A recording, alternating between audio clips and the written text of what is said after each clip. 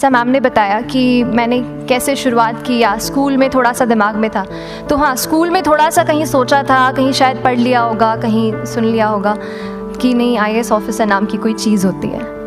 लेकिन तब ये भी नहीं पता था कि यार यूपीएससी नाम की कोई एग्ज़ाम है, सिविल सर्विस एग्ज़ाम है, उससे और भी पोस्ट में आप सिलेक्ट हो सकते हैं, ऐसा कुछ नॉलेज नहीं था। जब मैं अपने कॉलेज लेवल में आई, जब कॉलेज में एडमिशन लिया, मैंने भोपाल से ही प्राइवेट इंजीनियरिंग कॉलेज से केमिकल इंजीनियरिंग किया है। और उस दौरान मुझे जब मैंने सोचना शुरुआत की कि क्या बनना है, कंटेम्पलेट किया कि एग्जैक्टली क्या करियर चाहती हूँ, तो लगा कि यार कहीं जो पुरानी ड्रीम थी, एक जो सपना था, वो अभी उसको सामने लाना चाहिए। फिर इस बारे में और पढ़ा और तब खान स्टडी ग्रुप भोपाल में सेंटर वहाँ पे जैसे शुरू हो गया था, तो मेरा जो फाउंडेशन कोर्स है मैंने वहाँ से किया।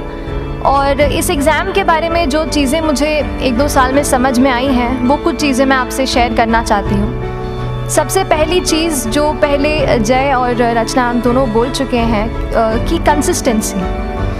आप अगर दिन में, कई बार हमसे सवाल पूछते हैं कि आप कितने घंटे पढ़ाई करते हैं, तो देखिए घंटे मैटर नहीं करते। कोई 17-18 घंटे हमें नहीं पढ़ना है, इतना हम पढ़ भी नहीं सकते। एक दिन पढ़ सकते हैं, दूसरे दिन नहीं पढ़ पाएंगे। 5 से 6 घंटे ही आपको देने हैं, उतने निकालने हैं। पर वो जो वक्त आप अपनी पढ़ाई को देते हो, वो कंसिस्टेंटली आपको रोज़ उतना ही अपने पढ़ाई को देना है। Consistency is the key, that is the first and the most important thing जो आपको ध्यान में रखनी है। दूसरी चीज़ इस एग्ज़ाम में मुझे लगता है इक्वली इम्पॉर्टेंट है, क्योंकि ये जर्नी लंबी होती है। जैसे एग्ज़ाम ही 1 साल तक चलती है, आप प्रीलिम्स देते हैं, फिर आप मेंस देते हैं, आप इंटरव्यू में जाते हैं पर्सनालिटी टेस्ट के लिए, तो एग्ज़ाम 1 साल तक खुद चलती है। उसके पहले मान लीजिए आप 1-1.5-2 साल पहले से प्रिपेयर कर रहे हो, तो ये जर्नी काफ़ी लंबी रहती है। उस जर्नी में मेंटली अपने आप को मोटिवेट रखना, अपने आप को बूस्ट करते रहना, वो भी इक्वली इम्पॉर्टेंट है। और इसीलिए अपने आप पर भरोसा बेहद ज़रूरी है। You need to have a faith in yourself कि अगर आपने इसमें कदम रखा है, अगर आपने सोचा है कि आप सिविल सर्विस एग्ज़ाम देना चाहते हैं और देंगे, तो आपको ये ठान के उसमें जाना है कि हाँ, मैं ये कर सकता या कर सकती हूँ। ये एक अपना मोटिवेशन, अपने साथ एक फेथ, बिलीफ अपने ऊपर आपको हमेशा रखना है। कमिंग टू प्रिपरेशन की कैसे तैयारी करनी है, बहुत सारी बातें आप सुन चुके हैं कि आंसर राइटिंग में कैसे करना होता है, आंसर राइटिंग का स्ट्रक्चर कैसा होना चाहिए। तो मैं शुरू में सबसे पहले ये कहूँगी कि मेरे प्रिपरेशन का बेस 2 चीज़ें रहीं। पहला था करंट अफेयर्स। करंट अफेयर्स इसलिए मैंने उसी से शुरुआत की क्योंकि करंट अफेयर्स सबसे इंटरेस्टिंग पार्ट होता है।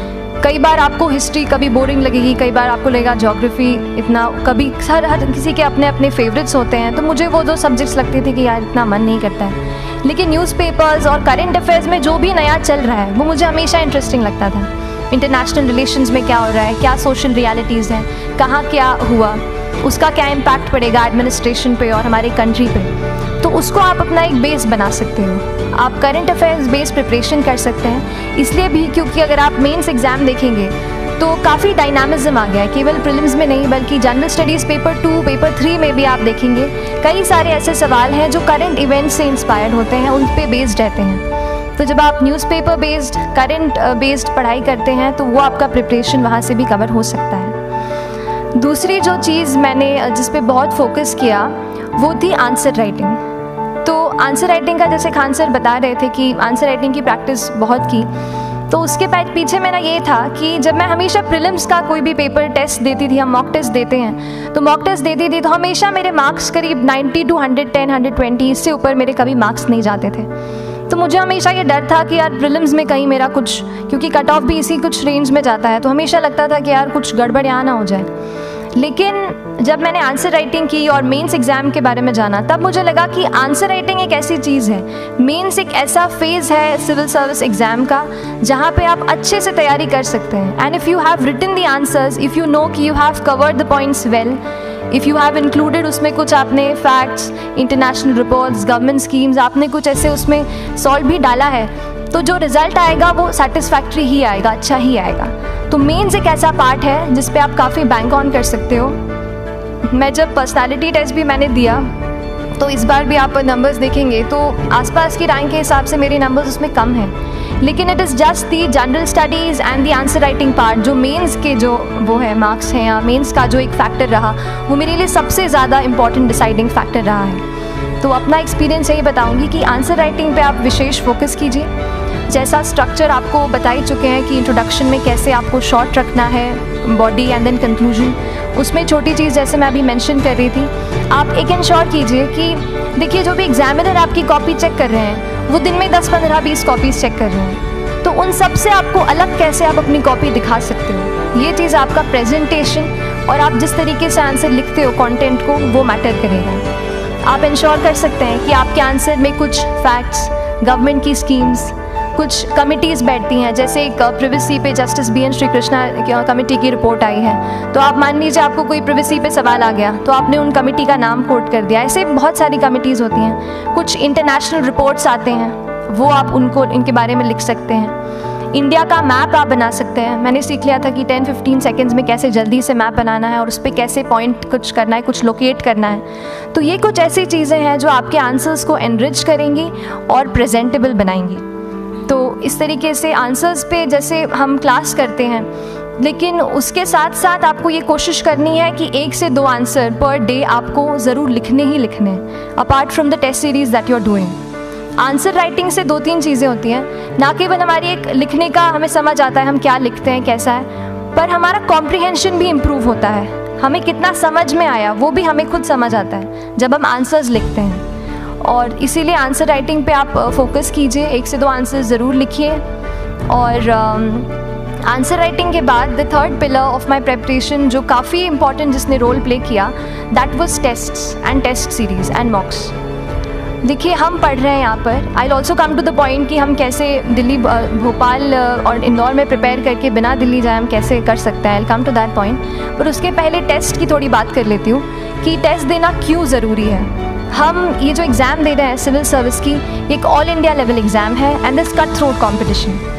तो उसके लिए आप केवल पढ़ते रहें, सारी बुक्स, मटेरियल्स, स्टैंडर्ड ये करंट का सब पढ़ लें, लेकिन अगर आप ये नहीं जज कर पाए कि आपका क्या लेवल है at an all India level, तो चीज़ें समझ में आप नहीं, मतलब आप आगे नहीं बढ़ पाएंगे या सही डायरेक्शन नहीं पकड़ पाएंगे। तो इसलिए आप टेस्ट से घबराइए मत। कई बार टेस्ट का इनर्शिया होता है, ऐसे लगता है कि जब तक पूरा सिलेबस कंप्लीट नहीं कर लूँ तब तक टेस्ट नहीं दूंगा, लेकिन सच में बात ये होती है कि जब तक हम GS के मतलब पेपर देने अंदर भी घुसते हैं ना, तब भी उस सेकंड पे लग रहा होता है कि कुछ छूट गया है हमारा।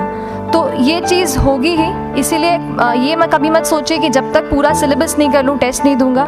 जैसे आपका एक थोड़ा बेस बन जाता है प्रिपरेशन का, आप टेस्ट दीजिए, चाहे वो प्रीलिम्स का MCQ का टेस्ट हो या मेंस का राइटिंग स्किल की प्रैक्टिस हो, टेस्ट पे आप फोकस कीजिए। उसके बाद टेस्ट केवल देने के लिए नहीं देना है, उसको एनालाइज भी अच्छे से करना है। When you get the answer hints, when you get the answer keys, analyse properly कि आपकी क्या गलती हुई है और उससे भी सीखने की कोशिश कीजिए कि क्या कुछ नया मुझे इस टेस्ट पेपर से या इस आंसर कॉपी से मिल सकता है। तो इस तरह से टेस्ट पे भी आप फोकस कीजिए। And I will come lastly to the point कि जब मैंने प्रिपरेशन शुरू की थी अपने कॉलेज के 2nd ईयर 3rd ईयर आते आते, तो मन में बहुत सारे फियर्स थे। मैं भी एक नॉर्मल फैमिली से हूँ, मेरे फैमिली में किसी ने आज तक सिविल सर्विस का पेपर भी नहीं लिखा था, तो मन में बहुत सारे फियर्स थे, डाउट्स थे, क्या होगा, कैसे होगा।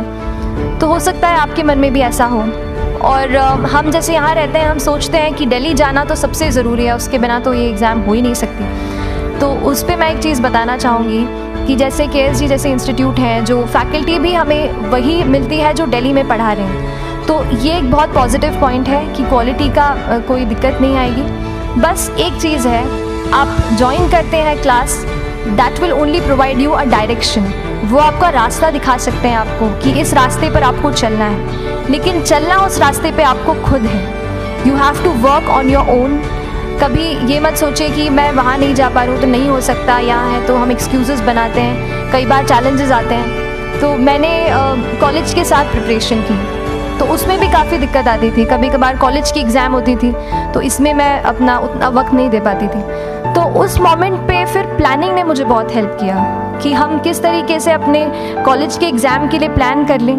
जैसे मैंने इंजीनियरिंग की है और मुझे पता है कि हम इंजीनियर्स 1 महीने से ज़्यादा पहले से पढ़ते नहीं हैं। पढ़ते हैं क्या? तो वो चीज़ आप ध्यान रख सकते हो, उसको अपना स्ट्रॉन्ग पॉइंट बना सकते हो।